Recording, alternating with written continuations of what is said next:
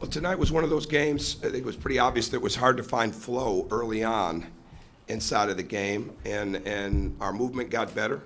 Our defense was pretty solid throughout, but then the movement really picked up, and we gained some more confidence, and our guys continued to play at a high level. We had 62 deflections. So I'm proud of the way they played, especially with the adversity of having a couple guys out and then a key guy like Verdell going out during the game. And we really needed people like Matt Roth and Austin Etherington to step their play up tonight. I think they did. And we got our starters were very good. It was tough to play without Verdell, but there again, Matt came right in, and it was next man up, and he did an excellent job with that. So, and all in all, to be at this point, to be 12-0, I don't think anyone could have seen that coming. I'm not going to sit up here and act like I saw it coming. I think to have, don't spend much time thinking about last season, but to have the same number of victories on December 22nd that we had all of last year, I think the players deserve a ton of credit for what they have done with that. And we just want to keep getting better. We really do. We want to keep improving. As I said to them, there's a big difference between catching your breath and taking a breath. As they go home right now, I want them to catch their breath but keep their eyes and their focus on what's ahead, and not take a breath to the point where they just kind of relax and move on to the next thing in life. I want them to enjoy their families, enjoy Christmas, be in church, do the things that they need to do at home, but at the same time keep in their mind what they're capable of. And as they come back on the 26th, be ready to roll at a high level. And we're excited about that. But I think that the way that they are playing, the way that these guys are working, leads me to believe, leads all of us to believe inside of our program that there's a lot of progress that can still be made. And at the same time, there's guys that want to make progress. And where we want to go as a team, where we want to go as a program, is still a long way out there. But the way that they're working gives us a chance to continue to move towards that.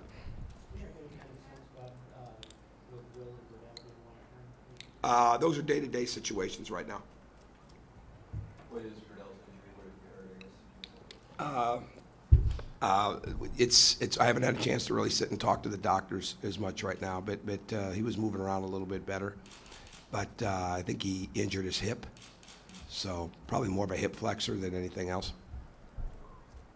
Coach, when a guy like Roth gets going off the bench for you, how key is that in being? Oh, it's big. It's big because he's a veteran, and it was great to see him do that. It's great to see him go into this break and into the next wave of the season with confidence, because we're going to need him. There's no doubt about it. And he was ready when his number was called, and his teammates found him, and he did an excellent job. And I thought he did a good job defensively as well. I think it says that they continue to create their own energy. Our guys continue to create their own fire tonight, and they kept moving at a high level. I thought they did an excellent job of building this lead with their defense, with the break, even when we became a little stagnant offensively. And then our whole mindset became, let's just get more movement on offense and look for the openings that are there. We always felt there were certain things that were open from the film, and they were the same things that were open in the game. We were just having a little harder time getting to them. We've heard opposing teams this non-conference season talk about picking their poison defensively against you guys, but when you guys see a 2-3 zone with the guys that you have shooting the ball, that's got to be a Oh, no question, because I think that I don't know what their game plan was, but it looked very much like they wanted to pack the lane and make it tougher on Cody, and we've got to continue to get Cody where he's comfortable being away from the rim looking for his shot, and I think we will. But that's a great way to think about that. And our guys did an excellent job once the ball started moving better. And we wanted to treat the zone like it wasn't a zone. I mean, just get better ball movement and get more penetration, more kickouts. And our guys did an excellent job of finding one another. And I think 19 assists in a game that had its ups and downs offensively is pretty strong. The significance of the streak is over now of Jordy's 58 free throw shooting. Well, I think that it says, first off, as Bob said in the back, he's never heard a crowd cheer like that for somebody that missed a shot. I think it goes to show how knowledgeable and how passionate our fan base is about these guys when they acknowledge the fact that what he did was pretty remarkable. I mean, really remarkable. And the all-time Big Ten record, you said, right? I mean, and in top 10 all-time, that's big time. It's big time. And I think that bothered him a little bit, that he missed that free throw because he's such a perfectionist. And I think it showed in his play a little bit. But I thought he came back in the second half and he played like a true veteran, a true leader, and continued to find his teammates, even passed up some shots that we wish he wouldn't have. But he was really focused on making this about his teammates after something that's very important to him, went away. But he started a new streak.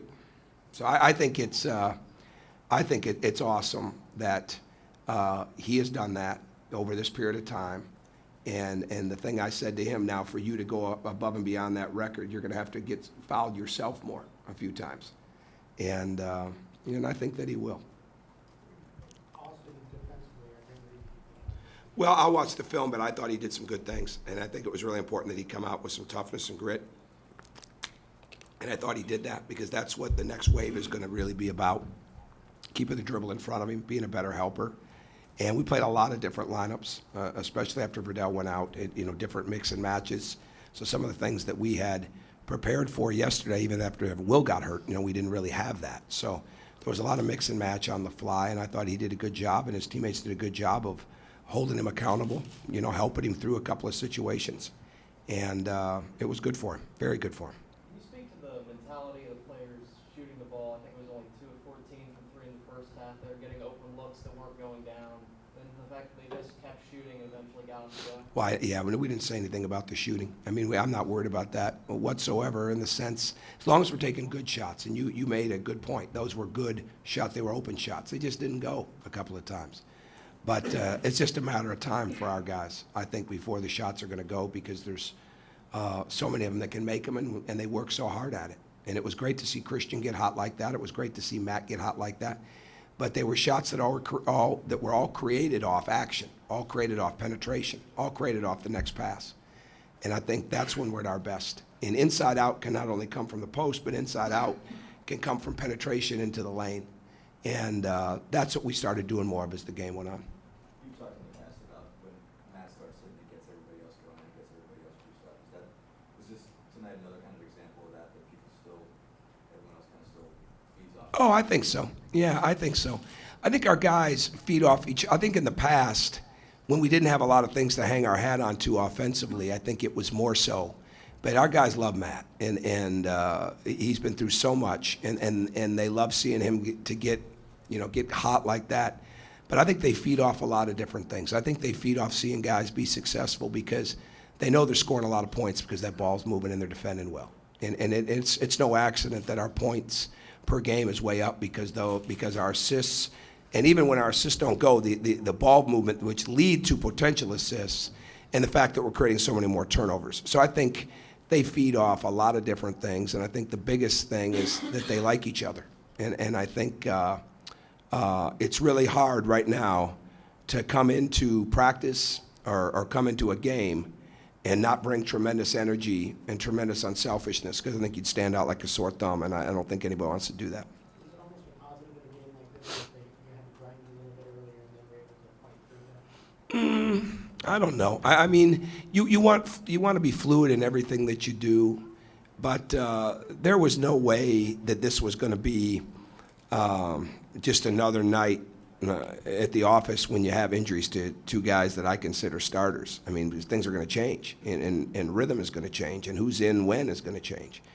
So I think they did a good job with that, and I was really pleased with the way they played after Verdell went down.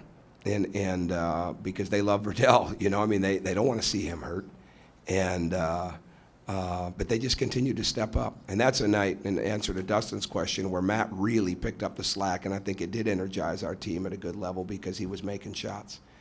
But you know what? When you play games and you're winning games, the more different way that you can look at it and say, okay, we won it this way, we've been through this, we've been through that. Remember when we had to go through this stretch? Remember this game? I think that's good for them. So in the whole scheme of things, it's good. And again, I don't think where they're at right now can be taken lightly or should ever be taken lightly based on what they've done, based on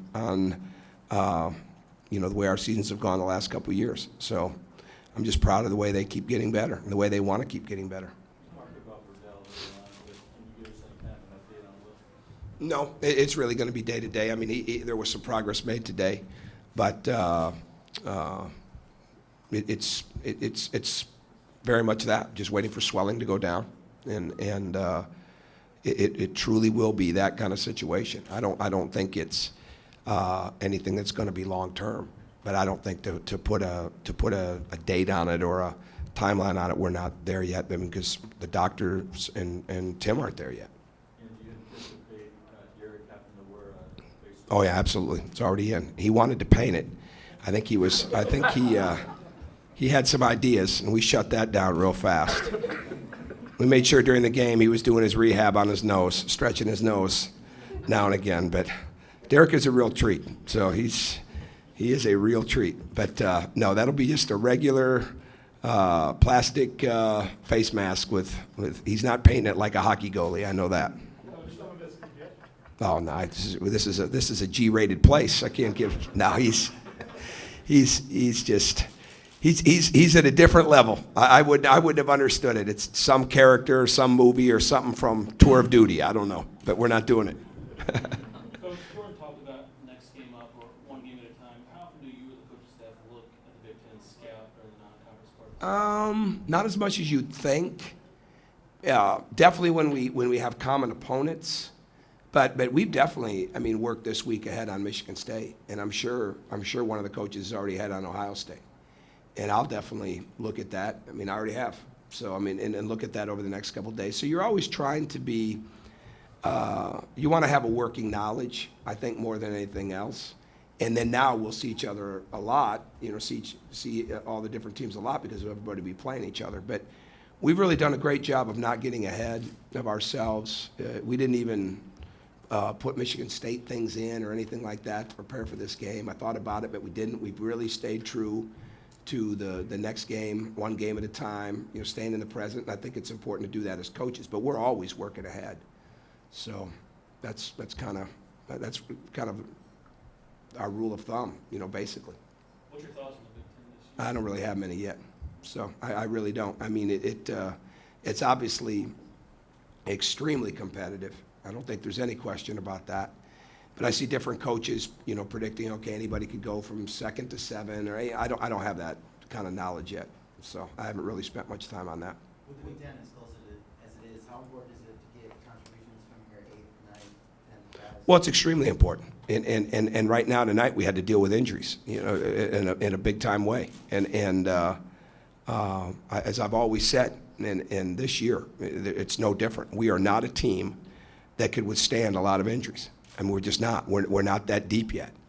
And again, we have some good players and some guys that are getting better, but deep means that there's not much of a drop-off when you go to the bench. And we've got to continue to develop that.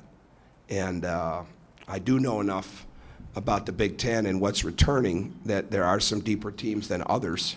I don't know it like I'll know it in a couple weeks, but when I think of us and if I think of the Big Ten that way, I don't see us in that light yet. But that just means we've got to keep working at it. Do you think that this team is maybe mentally better equipped to handle injuries and things with more veteran guys that are more vocal as leaders, something like that? That remains to be seen because again, this was a week where we weren't challenged like we're going to be, obviously. And so what you do is you get guys some experience. They get the games under their belt. They have some success. Like Matt has said, I thought Austin's put together a couple good nights. Remy's done some good things.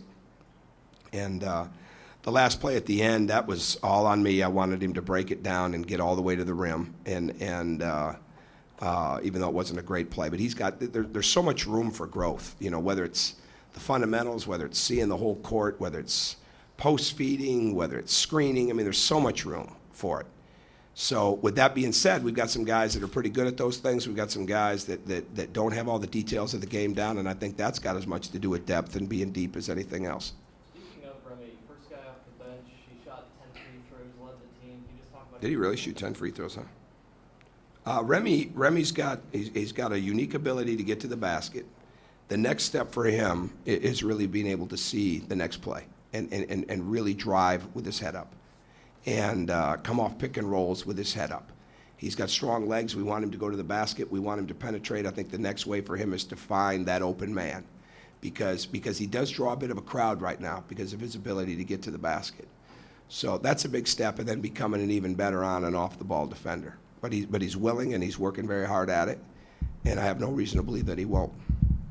What did Will do to get hurt? It was in a scrimmage situation. It was about, I don't even know if it was, we didn't practice that long yesterday. I don't know if it was really even at the 3-quarter mark, but we were scrimmaging and he basically stepped on a basketball. The basketball was loose in the scrimmage, and he stepped on it, and it just rolled on him. So, a freak play, which most injuries usually are. Anybody else? All right.